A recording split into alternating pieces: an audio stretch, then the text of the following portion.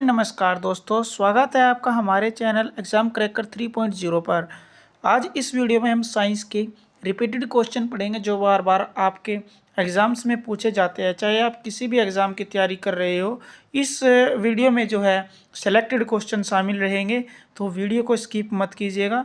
तो दोस्तों, आपका क्वेश्चन नंबर 1 है, डायनामाइट के आविष्कारक इनमें से कौन से हैं?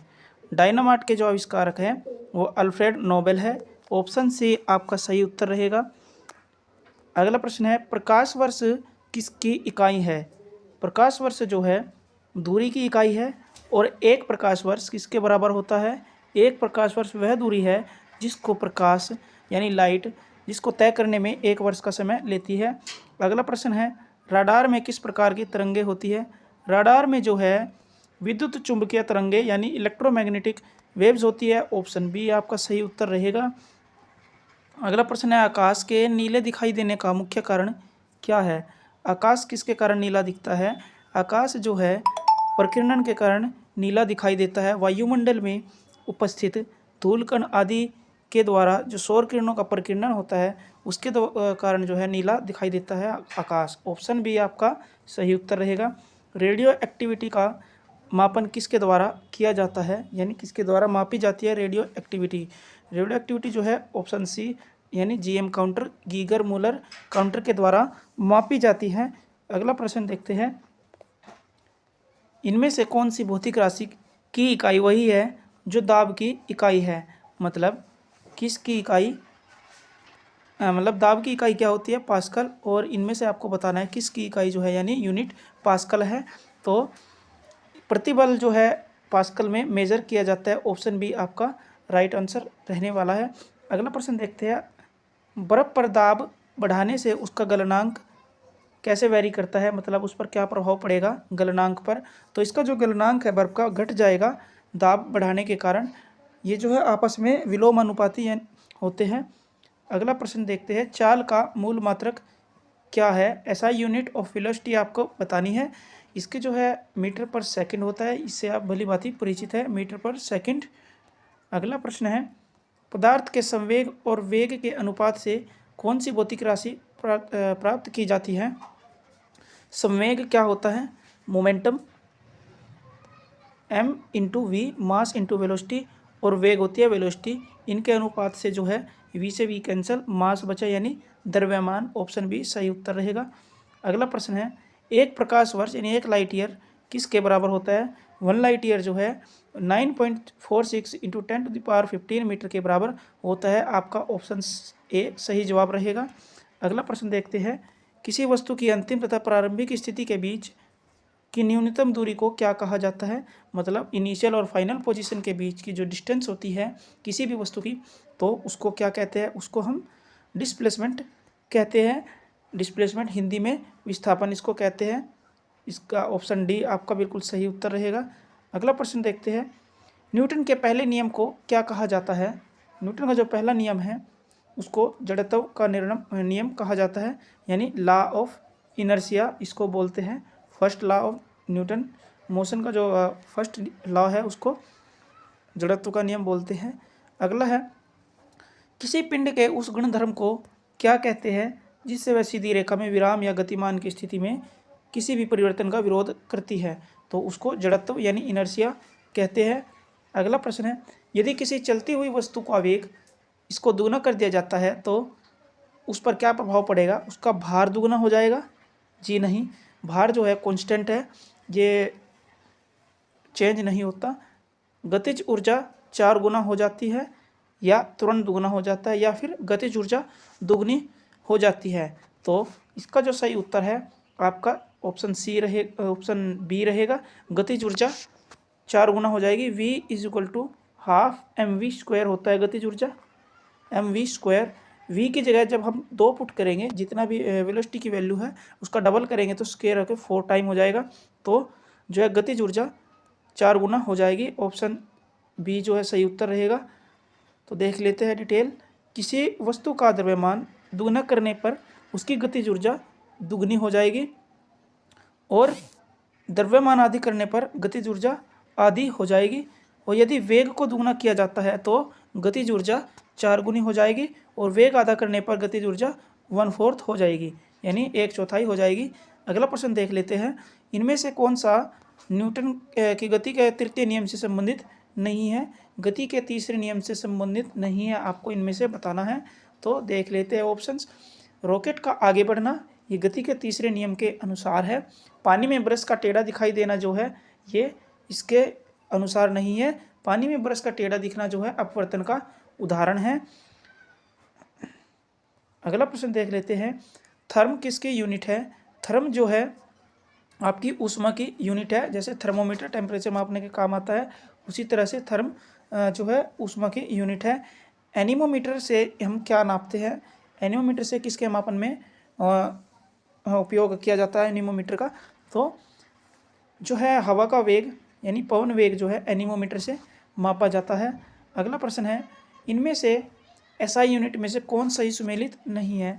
आपको इनमें से बताना है किसका जो है सही युग्म नहीं बना हुआ है। कार्य की यूनिट जूल होती है, द्रव्यमान की यूनिट किलोग्राम होती है, और बल यानी फोर्स जो है न्यूटन में मापा जाता है, जबकि दाब की यूनिट पास्कल होती है। ये डाइन जो है यहाँ पर गलत लिखा हुआ है, ऑप्शन डी आपका सही जवाब रहेगा। दाब का मात्रक जो है पास्कल होता है। हवाओं में कौन सी ऊर्जा होती है? हवाओं में केवल जो है गतिज ऊर्जा होती है, यहाँ पर स्थितिज ऊर्जा नहीं होती। पत्थर को ठोकर मारने से व्यक्ति को चोट लगने का क्या कारण है? तो इसका जो कारण है प्रतिक्रिया है। जितने जोर से ठोकर लगेगी उतनी ज़्यादा चोट लगेगी, ये एक प्रतिक्रिया है। दूध को मथने पर क्रीम अलग हो जाती है, इसका क्या कारण है? दूध को मथने पर जो है क्रीम अपकेंद्रीय बल के कारण अलग हो जाती है। अपकेंद्रीय बल को इंग्लिश में सेंट्रीफ्यूगल फोर्स कहा जाता है, जो कि आउटवर्ड डायरेक्शन यानी बाहर की ओर कार्य करता है। ऑप्शन बी आपका सही उत्तर रहेगा, अपकेंद्रक बल। बल किसका गुणनफल है? आपको ये बताना है। बल फोर्स इज इक्वल टू होता है मास इंटू एक्सीलरेशन, यानी द्रव्यमान इंटू त्वरण। तो आपका ऑप्शन ए जो है बिल्कुल सही जवाब रहेगा, ऑप्शन ए। देखिए, गति के दूसरे नियम से हमें किसी वस्तु पर लगने वाले बल की मापन की विधि मिलती है, और बल को उस वस्तु में उत्पन्न त्वरण तथा वस्तु के द्रव्यमान के गुणनफल से प्राप्त किया जाता है। प्रश्न नंबर 27 आपका, इनमें से कौन सा मिलान गलत है? डायनमो जो है विद्युत ऊर्जा को यांत्रिक ऊर्जा में बदलता है, ये जो है गलत है। सितार यांत्रिक ऊर्जा को ध्वनि ऊर्जा में बदलता है, ये सही है। और विद्युत सेल रासायनिक ऊर्जा को विद्युत ऊर्जा में परिवर्तित कर देता है, ये भी सही है। जबकि ऑप्शन ए आपका गलत है। डायनमो का काम होता है यांत्रिक ऊर्जा को विद्युत ऊर्जा में बदलने का। ऑप्शन डी देखते हैं, प्रकाश सेल जो है प्रकाश ऊर्जा को विद्युत ऊर्जा में परिवर्तित कर देता है। डायनमो का कार्य मैंने आपको बता दिया है। पुस्तक प्रिंसिपिया के लेखक कौन है? पुस्तक प्रिंसिपिया जो है न्यूटन के द्वारा लिखी गई है, ऑप्शन सी आपका सही जवाब है। प्रथम श्रेणी के उत्तोलक में डैश बीच में स्थित होता है। तो आपको मैं बता दूं, प्रथम श्रेणी के उत्तोलक में जो है आलम्ब जो है बीच में स्थित होता है। किस किस के? आयास और भार के बीच में स्थित होता है आलम्ब, एफर्ट और लोड के बीच में स्थित होता है। अगला है क्वेश्चन नंबर 30। क्वेश्चन नंबर 30 है, नींबू निचोड़ने की मशीन किस श्रेणी के उत्तोलक का उदाहरण है? तो नींबू निचोड़ने की जो मशीन है द्वितीय श्रेणी का जो उत्तोलक है उसका उदाहरण है। द्वितीय श्रेणी के उत्तोलक में आलम्ब तथा आयास के बीच में भार स्थित होता है। अगला प्रश्न है, शक्ति की सबसे छोटी इकाई कौन सी है? शक्ति की जो सबसे छोटी इकाई होती है दोस्तों वो वॉट होती है, वॉट। अगला प्रश्न देख लेते हैं हमारा, 1 नैनोमीटर किसके बराबर होता है? 1 नैनोमीटर जो है आपका ऑप्शन ए 10⁻⁹ मीटर के बराबर होता है। अगला प्रश्न है, इनमें से किस राशि का मात्रक नहीं है? मतलब डायमेंशनलेस क्वांटिटी आपको इनमें से बता देनी है कौन सी है। तो विकृति यानी डिफॉर्मिटी जो है आपकी डायमेंशनलेस यानी मात्रकहीन क्वांटिटी है, राशि है।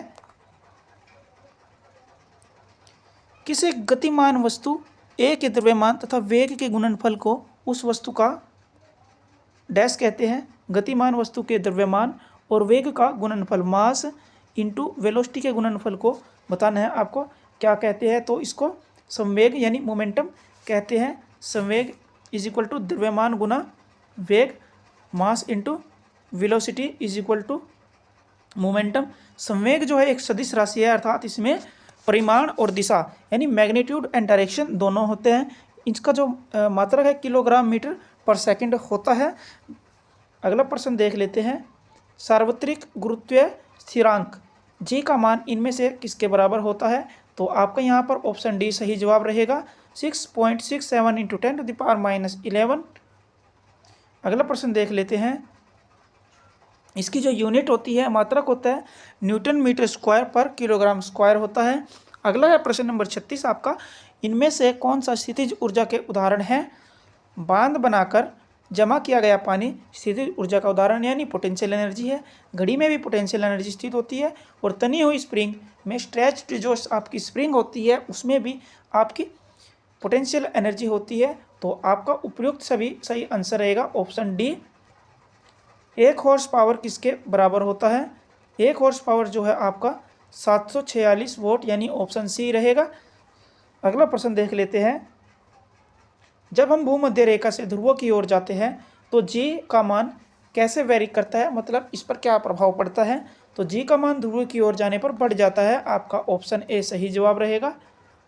39 नंबर है, 1 पाउंड में कितने ग्राम होते हैं, तो 1 पाउंड में दोस्तों 453.52 ग्राम होते हैं। और वहीं बात करें आपके 1 पाउंड में औंस कितने होते हैं, तो 16 औंस के बराबर होता है 1 पाउंड।